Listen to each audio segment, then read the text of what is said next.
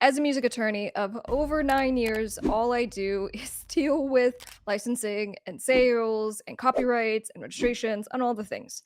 And so I think that if you are looking to ever license music as a business, right? So you might be like a fitness center, you might be a restaurant. And so you're just trying to get an overview of kind of how this works and how to protect yourself. I got you covered. But also, if you're a musician and you just want to license some music, I got you covered. So, what you need to know, we're going to start with just kind of the basics here. You need to understand that with any song, there's two sides of it. So, and there's actually like multiple copyrights. But to keep this simple, we always kind of break the song into two sections.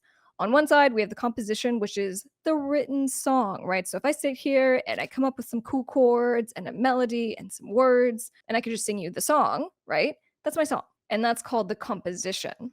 When I take that composition, I'm like, hey, Mr. Producer, I have this great song. Let's record it. So we go to Mr. Producer's studio and we record it. So the recorded version is called the master. So when you're licensing music, depending on what you're doing, you have to license one or both. So, for example, if we are licensing just the song, it's usually because we're doing a cover song, right? So we're making a new song. So we're not even using the recorded thing. We're making a new version of this. So all we need to do is get a license for this. And then if we're going to use any portion, let's say, of the recorded master, then that's called sampling. And so now we need to get a license to sample just the thing from the recorded version. So that's just the basic of, music licensing when we talk about it. Now, what we have to do is then determine what's the intended use. So let me kind of break this down into the general categories. So first might just be like a personal use, right? You're getting married, right? Great. Congrats.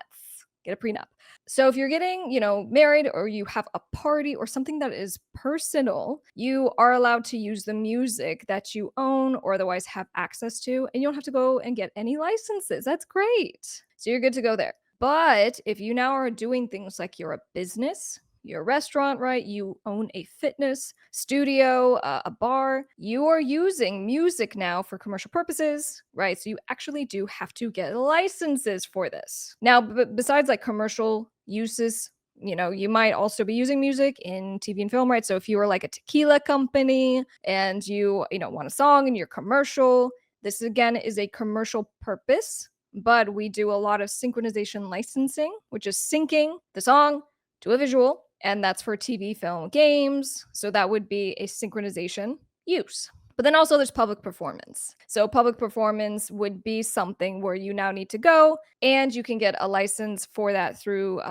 performance rights organizations like BMI, ASCAP, and that's if you're located in the United States. So that's just a very broad overview. There's lots of types of licenses that you can get. There's one, group of the personal uses I talked about, which you're good to go. Use the music however you need, but the rest of it you're actually getting a license for, and you're gonna probably have to pay some money too. So then the third kind of category that I'll go through as far as just understanding licensing in general is that you need to explore what those licensing options are. Now, this is where it gets really helpful if you have an entertainment attorney or a music attorney who can kind of guide you through this on just how to negotiate. I had a client kind of come to me and we're dealing with thousands of licenses that are needed right now because it was kind of like an oopsie thing and the songs were already used in a thing and now we need to like retroactively go back and try to get the licenses, which is not ideal. We want to get the licenses for whatever you're planning on using the music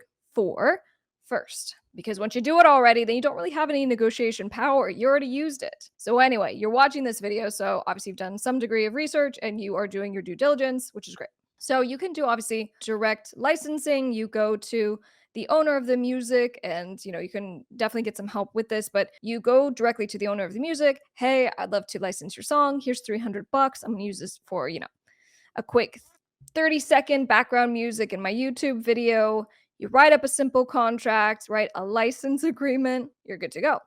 But you can also get music obviously through, music libraries and royalty-free music platforms. And you can find so many just by doing a Google search. And so what these companies essentially do is they are set up so that you sign up to have a subscription, and then you can download all the different songs that are on their platform. And so, you essentially have a license to use the song through the company. There's also royalty-free platforms, so if you go to not only like Epidemic Music, Audio Jungle, Premium Beat, all kinds of, licensing opportunities. But when we say royalty-free, we're talking about music that might even be in the public domain. So, if you're like, "Oh man, that Fur Elise," "Oh, I love me some Beethoven or Mozart," and you're talking about music that is really, really old, it's what's called in the public domain. And, Copyright Act didn't come into play until so long ago, and so the stuff that's super, super, super old is in the public domain. You don't have to get any kind of license to use it. So again, this is why it's helpful to have someone to kind of walk you through the process, because you may not even need to get a license, but in most instances, you will. So then what you need to understand is you're like, "All right, great. Gotta do the license." Well, you need to understand what the license agreement is. And so there are things that have to be really clearly defined if you are the person licensing it. Obviously, there's two sides of it. And so the person who's giving the license wants to make sure they get as much money as possible and that they keep the contract really short. So you have to come and renew again. So for example, we might get a license for a documentary because, the filmmaker is just pitching the documentary to try to get awards, right, at these festivals. And so you might get a license just for that, right? And then the licensor will come back and be like, "But if you decide to actually release the film, you got to get another license." So anyway, on your side, if you are the one actually paying the money, you want to try to negotiate the lowest amount possible and also the longest usage. In the best case scenario, you want the word perpetuity, means forever and ever and ever. So, you go, "I'm using your song in my feature film. It's a perpetual license. I'm paying you one time and I never want to hear from you again." Yeah, so those are the kinds of things that are going to be helpful in your licensing agreement, so duration essentially. But also things like territory, right? So where can you use it? Obviously, you want to say not just the world, but I actually say the universe and the metaverse. Also, two words you should have in your licensing agreement. And then, anytime you can just pay a one time fee, that's great. We don't want renewals. We don't want ongoing royalty obligations. So these are things that if you can negotiate it, you will thank yourself later as you are like, going through the actual process. And then what happens next? Well, you need to make sure that you keep records of everything.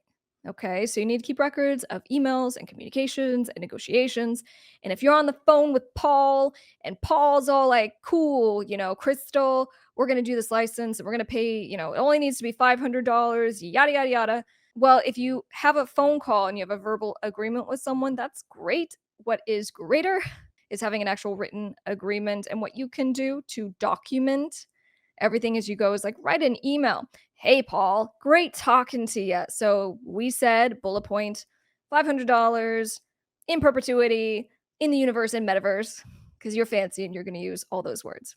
And then obviously, like, once you sign it, review it, use it, comply with it. If you licensed it for just the festival to try to promote your documentary, don't go and use it in the trailer of your feature film because that's a different use. Don't go use it in the feature film for distribution.